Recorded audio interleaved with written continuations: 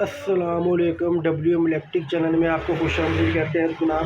हम रोज़ आपके लिए एक नई से नई वीडियो लेके हाजिर होते हैं ताकि हर तरह के इलेक्ट्रिक काम जो रिपेयरिंग का काम आपको सिखाया जाए, आपको बताया जाए। आज हमारे सामने एक 2 हॉर्स पावर का इंजेक्टर वाटर पंप है। तो इसमें ये फॉल्ट आया कि इसकी सील लीक हो गई है। सील है, यहाँ से पानी निकलता है और देखिए यहाँ से भी पानी निकला होगा। अगर इसकी सील को बड़ा वक्त चेंज ना किया जाए तो आपके जो मोटर है, जो स्टेटर होते हैं, मतलब जो मोटर होती है, वो पानी शाफ्ट के साथ पीछे जाता है और आपकी मोटर जल जाती है और उससे आपको भारी नुकसान होता है। आपको मोटर दोबारा से रिवाइंड करवानी पड़ जाती है। इस मोटर की सील को हम किस तरह चेंज करने के तरीकाकार क्या है, इस वीडियो में इंशाल्लाह पूरा आपको बताएंगे, प्रैक्टिकली करके दिखाएंगे। अब अगर अभी तक आपने हमारा चैनल को सब्सक्राइब नहीं किया तो सब्सक्राइब कर दे, लाइक कर दे, शेयर कर दे और कमेंट्स कर दे। इंजेक्टर पंप होते हैं, मोनो पंप होते हैं या वार्म पंप होते हैं, मोस्टली उनमें से सील चेंज करने का तरीका 80% सेम ही होता है। तो चलिए इसके काम को शुरू करते हैं। सबसे पहले हमने इसके पीछे वाले टापे को उतार दिया। ये 3 स्क्रू होते हैं, 1 2 और 3। इसके फ़ैन को अलग कर लिया क्योंकि शाफ्ट के पीछे हम पैप रेंच या मोंकी प्लेट वगैरह लगा के इसकी सील को खोलते हैं। ये जनाब आपको मोटर का इंटरफेस दिखा रहे हैं। तो चलिए सबसे पहले हम इसके मोटर को किस तरह हमने शुरू स्टार्ट से ओपन करना है आपको दिखाते हैं। सील चेंज करने के लिए मोस्टली सबसे पहले ये जो सामने वाले 4 नट पेज होते हैं, ये देखें, ये हेड के ये नट, ये दूसरा और 2 इसके नीचे हैं, ये और चौथा ये। इनको खोलते हैं। इनको खोलने का तरीकाकार क्या है आपको दिखाते हैं। गाइस अल्लाह का नाम लेकर मोटर के काम को शुरू करते हैं। अगर आपके पास अड्डा है नहीं तो इस तरह के आप 2 भी कोई गुटके या 2 ईंटें लगा के इनका दरमियानी फासला इतना होना चाहिए कि यहाँ के आप मोटर को सीधा खड़ा कर सके, जिस तरह मैं कर रहा हूँ। ये देखें, ये लीजिए, हमने मोटर को गुटके रख के इस तरह सीधा खड़ा कर दिया।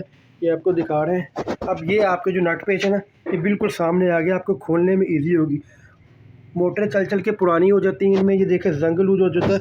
कोशिश करें कि यहाँ पे WD-40 स्प्रे लगाएं ताकि नट टूट ना जाए, नट आसानी से खुल सके। अगर ये नट टूट जाता है तो फिर आपका काम थोड़ा बढ़ सकता है। नट टूटने की वजह से यहाँ पे जो आपका जो नट टूट जाता है, ये ऊपर वाला ये हेड और बॉडी भी टूट सकती है। कोशिश करें कि आप WD-40 का इस्तेमाल करें या हल्की सी इसको चोट लगा दें। ज़्यादा ज़ोर से चोट आपने नहीं लगानी क्योंकि ये देगी मोटर की लोहे बनी हुई होती है और इसकी बॉडी भी टूट सकती है।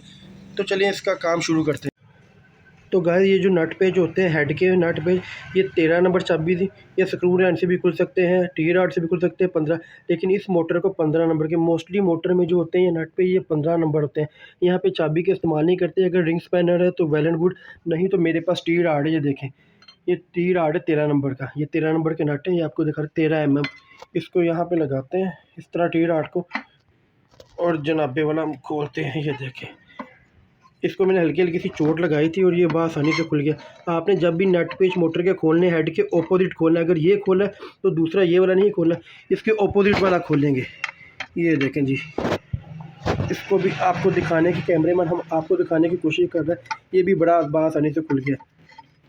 इसलिए आपको बताया है कि ये पॉइंट, अगर आप मोटर के नट पेच हेड के खोलते हैं तो कोशिश है कि वेल एंड गुड है कि आप WD-40 का स्प्रे इस्तेमाल करें।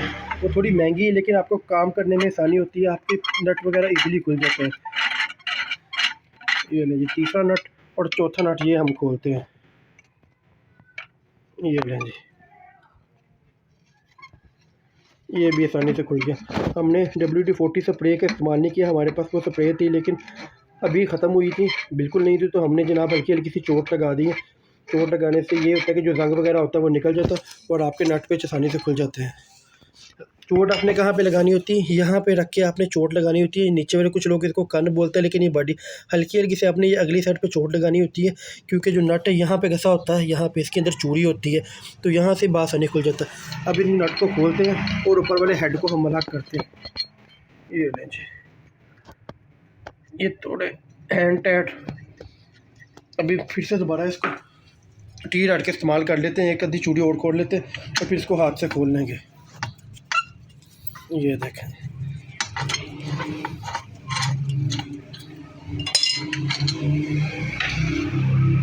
ये वाला भी जनाबे वाला खुल गया और ये चौथा नट भी। अब इसके हेड को उठा के, चारों नट हमारे खुल चुके हैं। ये देखें हेड के। अब इसकी बॉडी और हेड को उठा के हम अलग कर लेते हैं।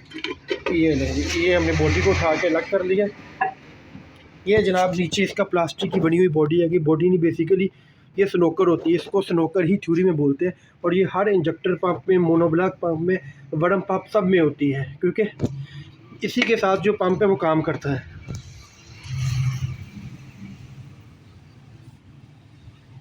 इसके बाद जनाब ये वाला इसमें 2 एम्पेयर है, क्योंकि 2 हॉर्स पावर की मोटर में 2 एम्पेयर होते हैं। ये एम्पेयर का काम होता है, ये बेसिकली एम्पेयर ही पानी को थ्रो आउट करता है। तो इसको एम्पेयर को हम खोल लेते हैं। ये लें जी, इसके लिए हमने 17 नंबर ये टी पानी उसका इस्तेमाल किया। ये जो होता है इसका इस्तेमाल किया 17 नंबर का। ये लें जी, इसका पहला एम्पेयर भी खोल लिया, दूसरा एम्पेयर भी हम खोल रहे हैं।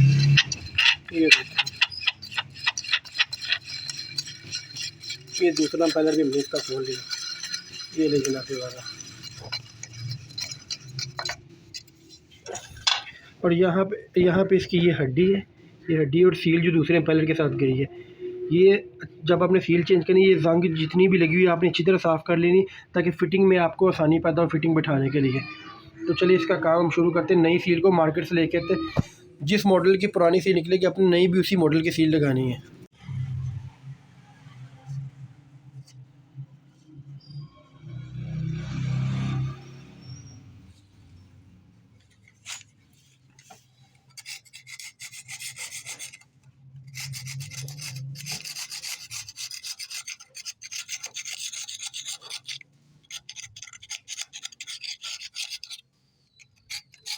कि चाकू या रेग मार की वजह से, या मैं चाकू का इस्तेमाल कर रहा हूँ, बल्कि ये वायर कटर का इस्तेमाल कर रहा हूँ। वायर कटर की मदद से आप हल्का हल्का जो जंग लगा होता है, जो कार्बन लगा होता है, इसको अच्छी तरह साफ़ करते हैं। इसकी सतह को हम वार कर लें ताकि दोबारा फिटिंग बैठने में आसानी हो। सबसे पहले हमने एम्पेलर को ले लेना, जिस एम्पेलर में हमने सील फिट करनी है। इसकी अच्छी तरह आपने रगड़ के सफाई कर लेनी, क्योंकि जो कार्बन वगैरह लगा होता है ये ऊपर मैल चलेगी, तो इसको आपने आसानी में चाकू का इस्तेमाल करना।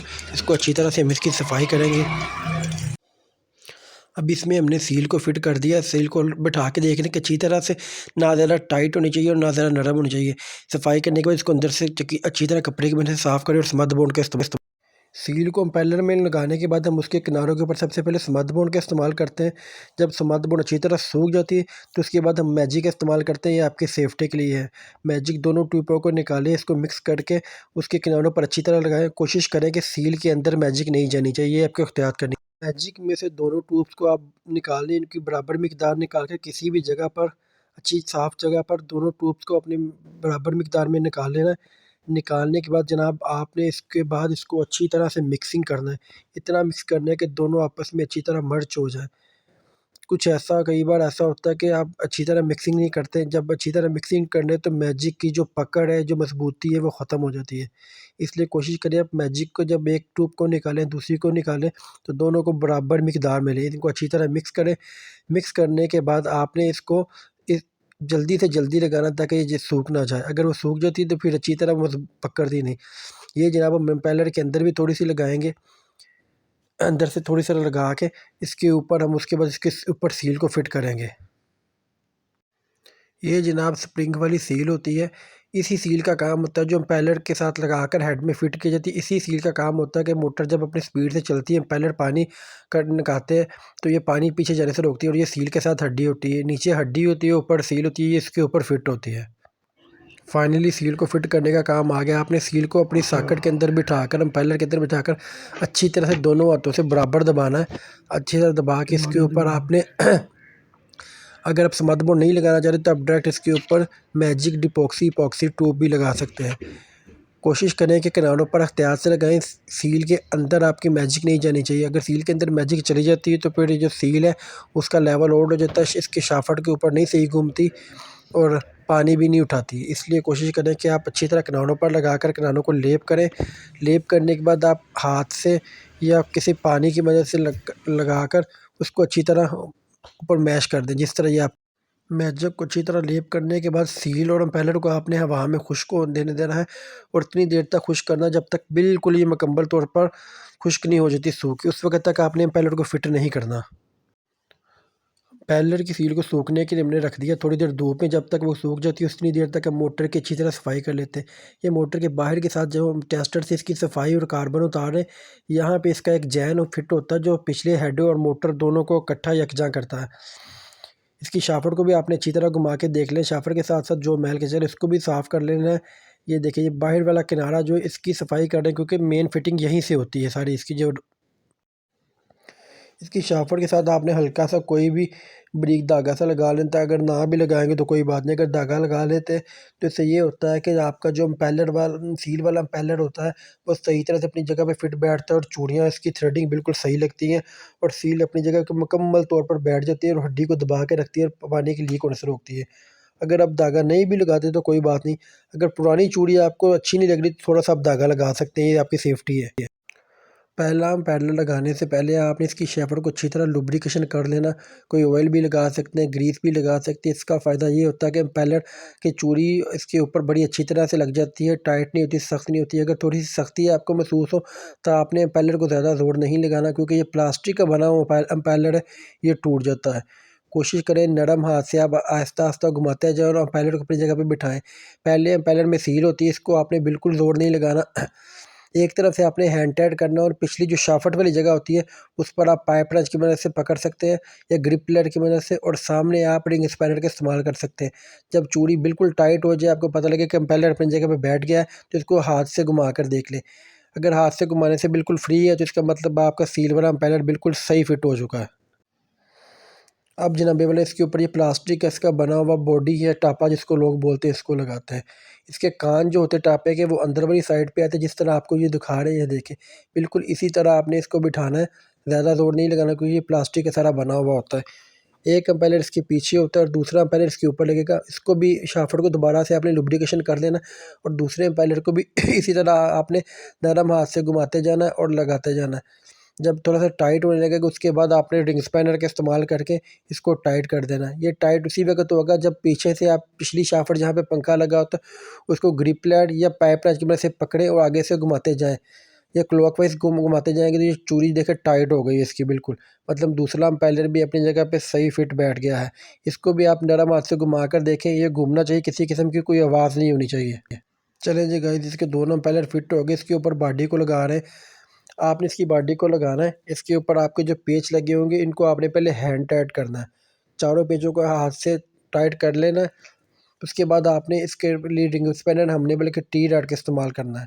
टी रॉड का इस्तेमाल करने के लिए आपने नरम हाथ से इसको कसना है। पहले आपने हैंड टाइट लगाने, चारों पेच, 2 पेच लगे हैं, अपोजिट पेच आपने लगाने हैं।